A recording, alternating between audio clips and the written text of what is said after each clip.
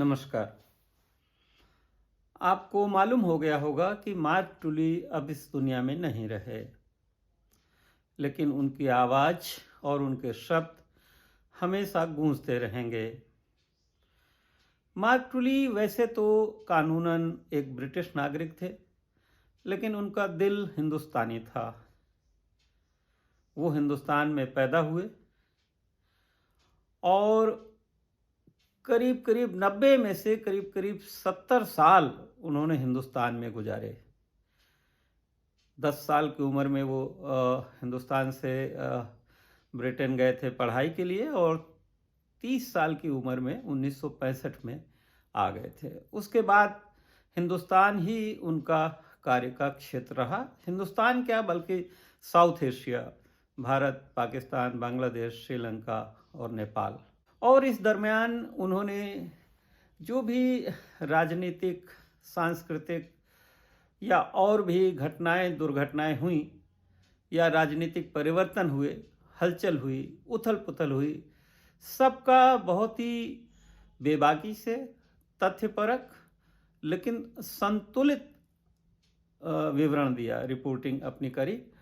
और उस जमाने में उनकी रिपोर्ट न केवल अंग्रेजी में बल्कि अनुवाद होकर के हिंदी, उर्दू, बांग्ला, तमिल, नेपाली सभी भाषाओं में सुनाई जाती थी, सुनी जाती थी। इसलिए मार्क टुली घर घर में एक तरह से मशहूर नाम था। मैं इमरजेंसी में जब जेल में था 1975 में, तब मैंने सुना था कि मार्क टुली हिंदुस्तान के जो सेंसरशिप है उसको कबूल नहीं किया उन्होंने और उनको हिंदुस्तान छोड़ना पड़ा। उसके बाद एक ऐसा समय आया कि हम और मार्क टुली हमने साथ काम किया। बहुत सारी घटनाएं एक साथ कवर किया, चाहे वो कुंभ मेला हो प्रयागराज का, चाहे अयोध्या में बाबरी मस्जिद का विध्वंस हो या उसके जो मुकदमे थे उनकी कार्यवाही हो, या कई चुनाव। हम लोग साथ ही चुनाव का भी कवरेज करते थे। और ऐसा नहीं कि वो केवल राजधानी लखनऊ में बड़े नेताओं से बातचीत करके रिपोर्टिंग करते थे। हम लोग गाँव में जाते थे, लोगों से बात करते थे, सामान्य लोगों से, और उसको अपनी रिपोर्ट में वो शामिल करते थे। बड़ी से बड़ी बात, कड़ी से कड़ी बात मार्क टुली बड़ी सहजता से कह देते थे, और शायद इसीलिए कि कोई उसका बहुत बुरा मानता भी नहीं था, और अगर माने भी तो उसकी परवाह वो नहीं करते थे। दूसरी एक बहुत बड़ी खूबी थी मार्क टुली की कि एक बार जिससे वो मिल लेते थे वो उनका मुरीद हो जाता। और यही वजह है कि शायद किसी और पत्रकार या नेता के भी निधन पर सोशल मीडिया में या अखबारों में, टेलीविज़न में इतना कवरेज बहुत कम होता है। विशेष करके किसी पत्रकार के निधन पर पूरा सोशल मीडिया और सारा मीडिया भारतीय इस पर छाया हुआ है।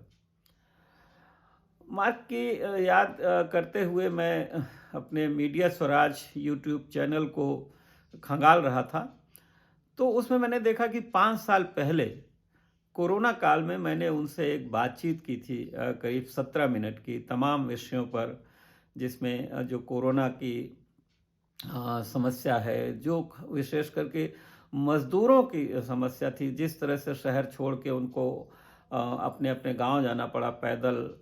और इसके अलावा एक और मुद्दा था कि भाई मार्क टुली के नाम से बहुत सारी फर्जी खबरें चलाई जाती हैं मीडिया पे, डिस्पैचेस खबरों के रूप में कि मार्क टुली ने ये कहा है, मार्क टुली ने वो कहा है। तो उस पर भी एक मतलब मार्क टुली फेक न्यूज़ का भी शिकार हुए। हालांकि वो हमेशा उन्होंने यही सबको बताया कि न्यूज़ जो होनी चाहिए, खबरें जो होनी चाहिए, लेख जो होने चाहिए, वो तथ्यपरक होनी चाहिए। यहाँ तक कि जो उन्होंने किताबें लिखी और जो कहानियाँ भी किताब लिखी, तो उसके लिए भी वो बहुत डिटेल में जाके तथ्यों की जांच पड़ताल करते थे। और यही वो जगह है जहां अक्सर आके मार्क बैठते थे। और मतलब इतने सहज रूप में आते थे और कभी रिक्शे से भी चल के आ जाते थे कि कभी ये नहीं लगता था कि मार्क आए हैं या जिलियन राइट उनकी जो पार्टनर आई हैं तो उनके खाने पीने के लिए अलग से कुछ बंदोबस्त करना पड़ेगा। जो घर में दाल चावल रोटी सब्जी बनती थी वही खा लेते थे। और हम भी जब कभी भी दिल्ली जाते थे उनके निजामुद्दीन वाले आवास पे, तो मोस्टली या तो लंच या डिनर पे ज़रूर वो मतलब रोकते थे कि करिए। तो आज मैं ये सोच रहा हूँ कि आपको मार्क टुली के साथ जो मैंने अब से 5 साल पहले बातचीत की थी मीडिया स्वराज के लिए, उसके प्रमुख अंश फिर से सुनाऊँ। तो ये पेश है वो मार्क टुली के साथ मेरी बातचीत अब से 5 साल पहले की। मैं घर में हूँ, मैं घर के बाहर नहीं जाता हूँ क्योंकि मेरा उम्र काफी है। मेरा उम्र है 80 से ज्यादा है। 84 साल हो गए आप ना? You are 84 now. 84? 84 है। और इसलिए मैं बाहर में जाता हूँ। मैं कभी कभी 20 मिनट के लिए बाहर जाता है घूमने के लिए। मैं और जिली मेरा पार्टनर मेरे साथ है और वो मुझे तो बहुत अच्छी तरह देखभाल करता है। वो खाना पकाता है, बहुत स्वादिष्ट खाना पकाता है। खाना तो मैंने बहुत खाया आपके घर में, मुझे मालूम है बहुत अच्छा खाना बनता है। आपने खाया? जी जी। और हम तो हमारे पास एक कुत्ता है जिसका नाम है सोनी। हाँ, सोनी कैसे है? कैसे है? हम उसको घुमाते हैं रोज 20 मिनट के लिए बस। तो आपकी सेहत ठीक है ना? हेल्थ ठीक है ना? बिल्कुल बिल्कुल ठीक है अब तक। यस, अब तक। और ये बताइए, हनुमान जी को याद करते हैं अभी? हनुमान चालीसा पढ़ते हैं? हम कभी कभी हनुमान चालीसा बोलता है, लेकिन अभी इस स्थिति में नहीं बोलता हूँ। मैं हनुमान चालीसा बोलता हूँ जब हम बाहर जाता है, जब हम सफर करेंगे, जब हम स्टोरी के लिए बाहर जाते हैं, जब कुछ मुश्किल सफर पर जाता है, जब संकट होता है तो संकट में, क्राइसिस में आप याद करते हैं। वो तो संकट मोचक हैं। सुनाएंगे 1-2 लाइन? संकट मोचक है। सुनाएंगे 1-2 लाइन? जय हनुमान गोसाई कृपया काकु देव कलाएं, जो ये 5-7 बार खोए छुटाई मारनी माफ खोए। तो ये बताइए हिंदुस्तान में हनुमान जी और राम जी क्या नाराज हो गए हम लोगों से, देश से, दुनिया वालों से? ये इतनी बड़ी पैंडेमिक, इतनी बड़ी महामारी आ गई, देखिए कैसे बचेंगे लोग? आपकी ये सोचता है कि महामारी के कारण है कि राम और हनुमान जी हम लोगों से नाराज है। तो कोई तो नाराज है, नेचर नाराज है, प्रकृति नाराज है, कोई तो नाराज है। मैं देखिए, मैं जो आयुर्वेद में इतनी बात होती है, आयुर्वेद में लिखा है कि ये जो एपिडेमिक्स तभी आते हैं जब पोल्यूशन बहुत ज़्यादा हो जाता है, तो उससे वायरस और बैक्टीरिया फैलते हैं। और मज़ेदार बात है, उसमें ये लिखा है कि जब किसी देश में करप्शन बहुत होता है और इंडस्ट्री वाले और मिल के और सरकारी लोग करप्शन करते हैं, तब पोल्यूशन होता है, तब बीमारी होती है। तो कोई न कोई तो नाराज़ है। लेकिन अब तो मौसम साफ़ हो गया। दिल्ली की हवा कैसी है? इसलिए मौसम साफ हो गया, हवा साफ हो गया। लेकिन मैंने सुना कि जमुना या गंगा नदी में वो भी पानी साफ है। बहुत साफ हो गया। इसलिए एक बात स्पष्ट है, गोमती में साफ भी है। उतना साफ नहीं है गोमती में पानी कम रहता है ना, लेकिन हाँ पहले से हालात बेहतर हैं। हाँ जी। इसलिए इसके मतलब ये है कि ये कारखाना जो गंगा के किनारे पर है, वो सब गंदा पानी डालता है गंगा में। जी। इसलिए सरकार सिर्फ एक कार्रवाई करना चाहिए कि वो सब कारखाना बंद कर देता है और उसको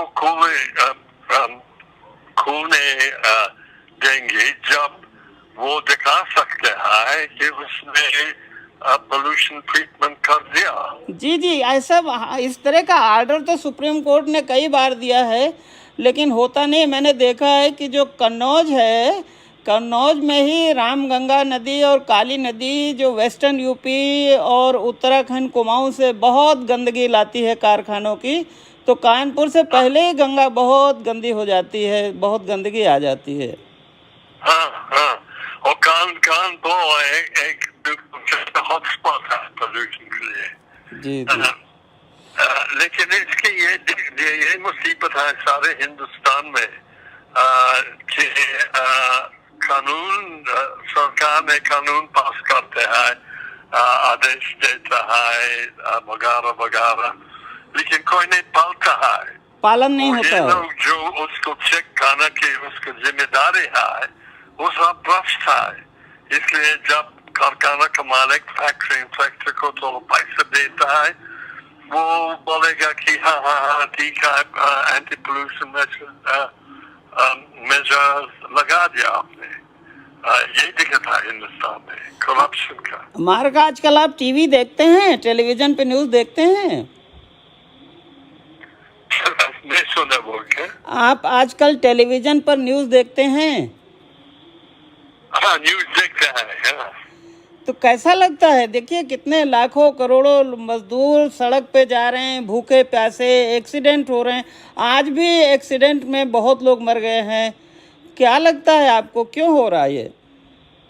मैं इसके बारे में लिख दिया हिंदुस्तान टाइम्स में। मैंने कहा था कि ये बहुत बहुत बुरी बात है, और ये हो गया क्योंकि भारत के जो लोग, जो पैसे वाले लोग हैं इस देश में, और जो मिडिल क्लास लोग हैं भी, वो गरीबों को, मजदूर लोगों को उनसे कोई जैसा हमदर्दी, जैसा सिंपैथी नहीं है। सरकार को भी तो नहीं है हमदर्दी, सरकार को। हाँ, सरकार को कैसा हमदर्दी बनाया? हाँ? है, आपको लगता है? हाँ, नहीं, जब आपने मोदी जी प्रधानमंत्री की भाषण मैंने सुना, और इसमें कोई हमदर्दी नहीं था। वित्त मंत्री की भाषण में हमदर्दी थी, पर प्रधानमंत्री के नहीं था। और यूपी में आपको क्या लगता है? दिल्ली तो बहुत करीब है यूपी के, यूपी में कैसा चल रहा है, आपको क्या लगता है? यूपी बहुत करीब है, लेकिन वह नजदीक है, बगल में है, लेकिन बात यह है कि हम यूपी को नहीं जा सकते हैं। मैं निजामुद्दीन वेस्ट के बाहर नहीं जा सकता हूँ। नहीं तो आपको क्या लगता है कि यूपी में ठीक मैनेज हो रहा है क्राइसिस जो लेबर्स की है? मेरा ख्याल है जैसे मैंने देखा और जैसा मैंने पढ़ा, यूपी ने बुरी हालत में है, क्योंकि बहुत मजदूर लोग यूपी को जाता है, और सरकार जो है उसने कोई ऑर्डिनेंस ऐलान किया जिससे जो रक्षा है, डिफेंस है मजदूर लोगों के लिए, वो सब बंद कर दिया। हाँ, लेबर लॉज सस्पेंड कर दिए हैं। हाँ, और अचानक से, बिना सोच, अचानक से कोई बातचीत इसके बारे में, कोई सोच इसके बारे में नहीं हो, अचानक से बोलो कि ये होगा। अच्छा मार्क, आपके नाम पर हम बहुत देखते हैं इंटरनेट पे, बहुत सारे लोग लेख भेजते हैं कि मार्क टुली ने मोदी जी की बड़ी तारीफ की है, कि मोदी जी बहुत अच्छा काम कर रहे हैं। ये लेख आपने लिखे हैं? नहीं नहीं नहीं नहीं, 2-3 नकली डिस्पैचेस है मेरे नाम में, वो एकदम नकली है, और जिसमें बोला कि सब अच्छा है, और वो सोनिया के खिलाफ में उसमें है। मैं वो डिस्पैचेस कभी नहीं लिख दिया। मैंने कोशिश की थी, मैंने लीगल लेटर भेजा गूगल को, मैंने सब कुछ किया, लेकिन सफलता प्राप्त नहीं किया। गूगल वाले रोक नहीं पा रहे हैं इसको? नहीं, वो वो कुछ इंटरेस्ट नहीं लिया उसमें। गूगल ने कोई इंटरेस्ट नहीं लिया है। तो अभी तो बहुत कैंपेन चल रहा है फेक न्यूज़ के खिलाफ, तो आपके नाम पे फेक न्यूज़ क्यों फिर चलाते हैं लोग? फेक न्यूज तो बहुत अभी ऐसा है कि जितना जोर से फेक न्यूज के खिलाफ चल रहा है, उतना जोर से फेक न्यूज चल रहा है। इसका कोई मुकाबला नहीं हुआ अभी तक। आप जानते हैं कि कितना फेक न्यूज ने भेजा वो जो तबलीगी मरकज के बारे में। हाँ हाँ हाँ, वो तो कितना गंदा नकली खबर चलाता था। तो आप ये बताइए जी।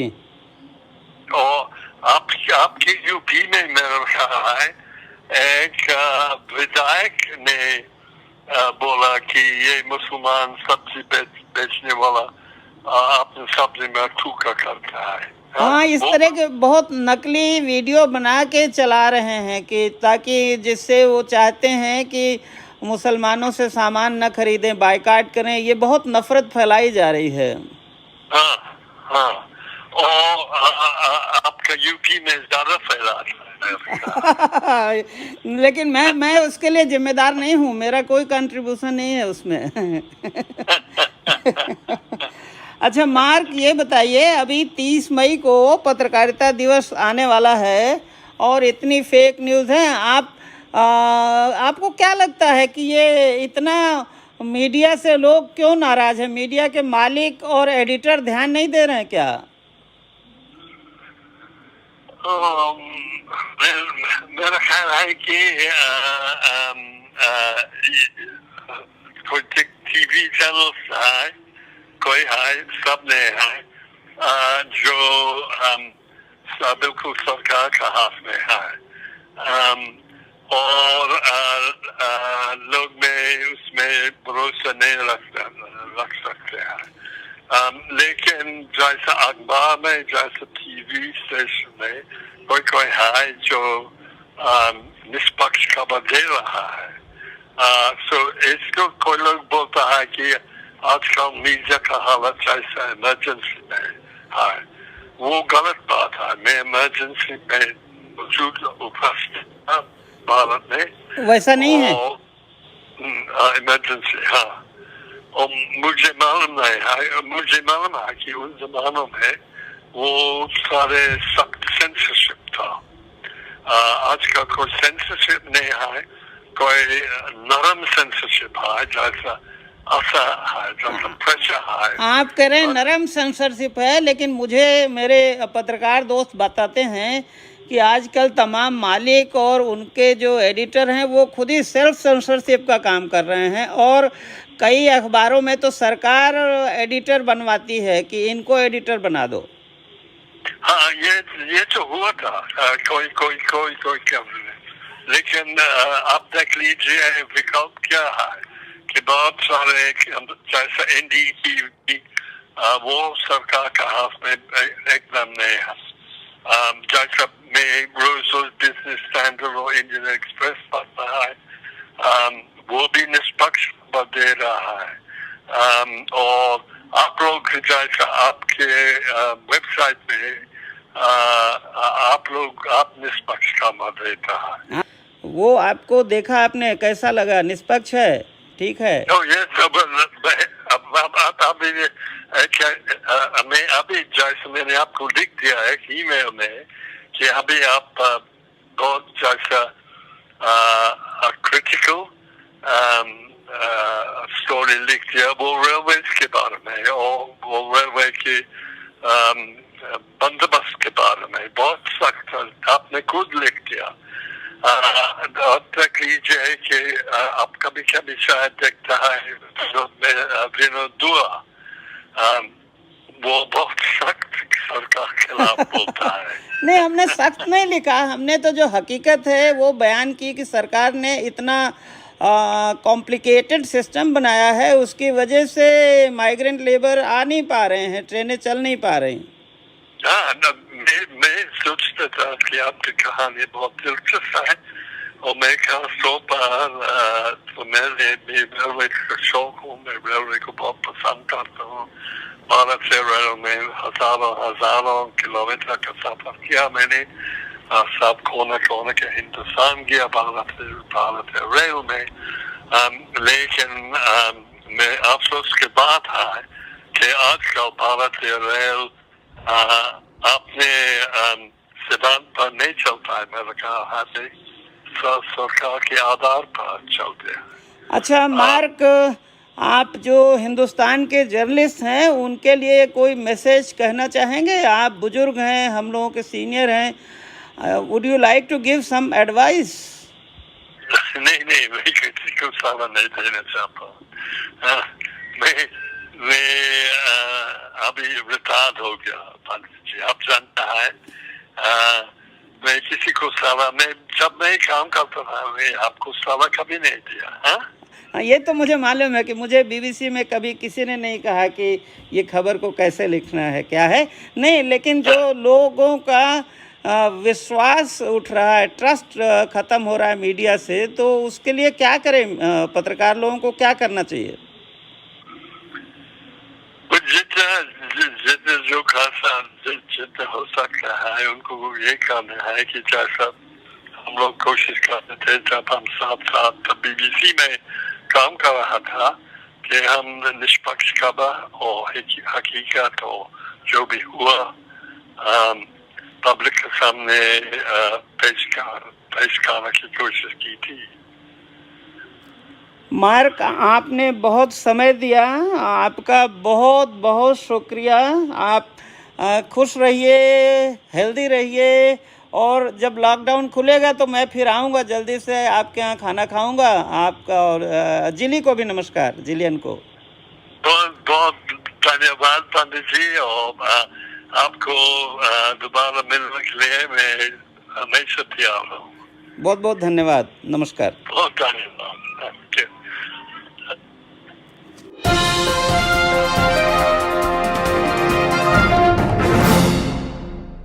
यह रिपोर्ट अच्छी लगी हो तो कृपया लाइक ज़रूर करें, और मीडिया स्वराज आम आदमी का चैनल है, इसलिए इसे सब्सक्राइब भी करें ताकि आपको नियमित रिपोर्ट मिलती रहे।